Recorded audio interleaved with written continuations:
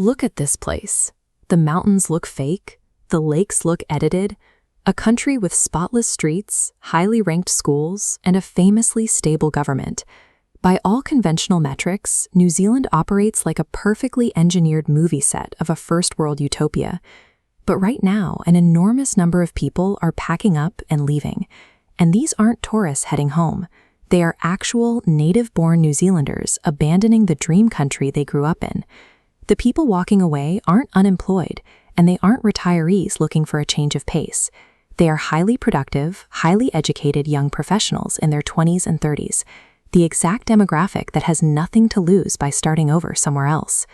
Usually, mass migration flows in one direction, away from poor, unstable, or war-torn regions, and toward wealthy, peaceful ones.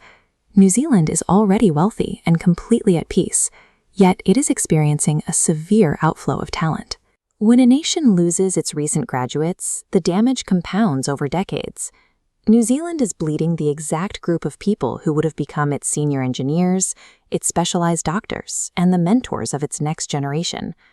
Curious, New Zealand sits deep in the South Pacific, thousands of miles away from the dense populations of Asia, Europe, and the Americas.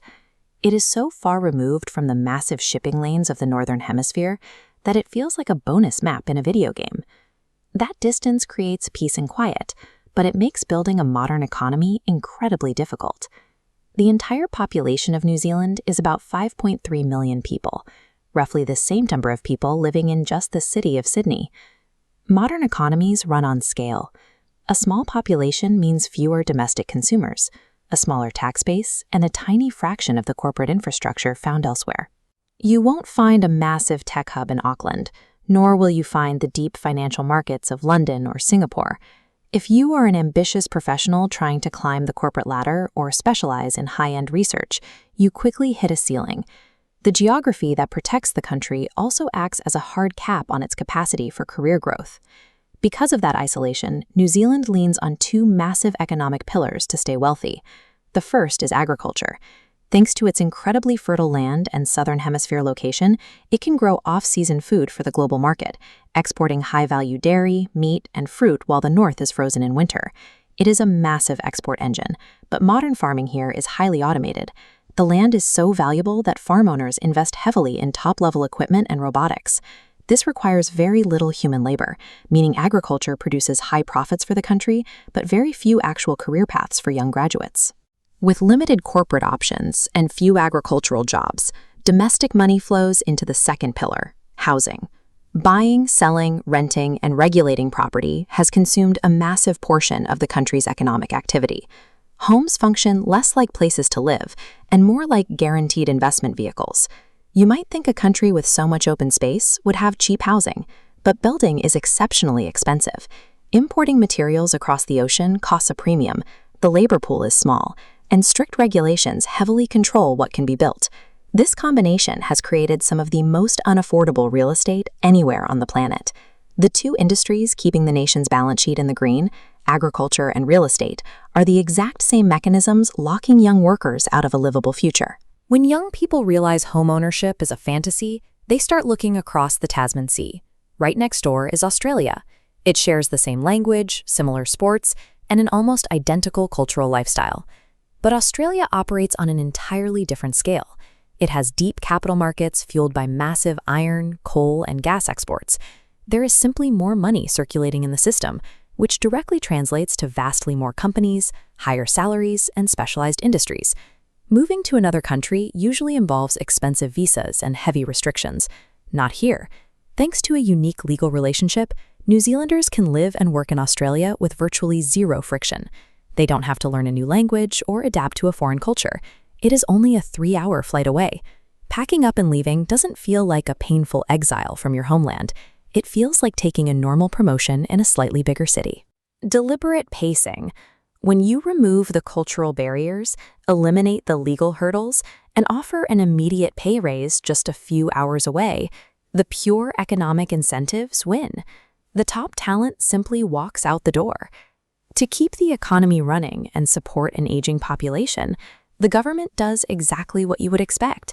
It increases immigration. bringing in skilled foreign workers to fill the immediate labor shortages left behind by departing citizens.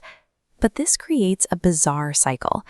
Once these new arrivals get settled and gain permanent residency, they look around and hit the exact same career ceilings and exorbitant housing costs that drove the locals away in the first place. With a New Zealand passport or residency in hand, the barrier to leave vanishes for them too. The country inadvertently acts as a stepping stone, spending time and resources attracting global talent, only to watch that talent funnel straight into Australia. While the young workers flow out, there is a distinct group of people flowing in. Wealthy, older Australians and high-net-worth individuals are buying property in places like Queenstown. They aren't arriving to build businesses. They are coming purely for the stunning scenery and a luxury lifestyle. The country finds itself caught on a demographic treadmill. It is actively trading away its most ambitious, highly productive youth and replacing them with foreign wealth and affluent retirees, a dynamic that only drives local housing prices even higher. Fixing this is incredibly difficult. If local businesses drastically raise salaries to compete with Sydney, their operating costs surge.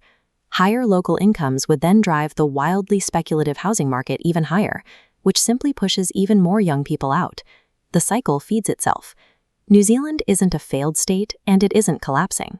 It remains one of the most desirable places on Earth to live, provided you already have wealth, an established career, or a portfolio of properties.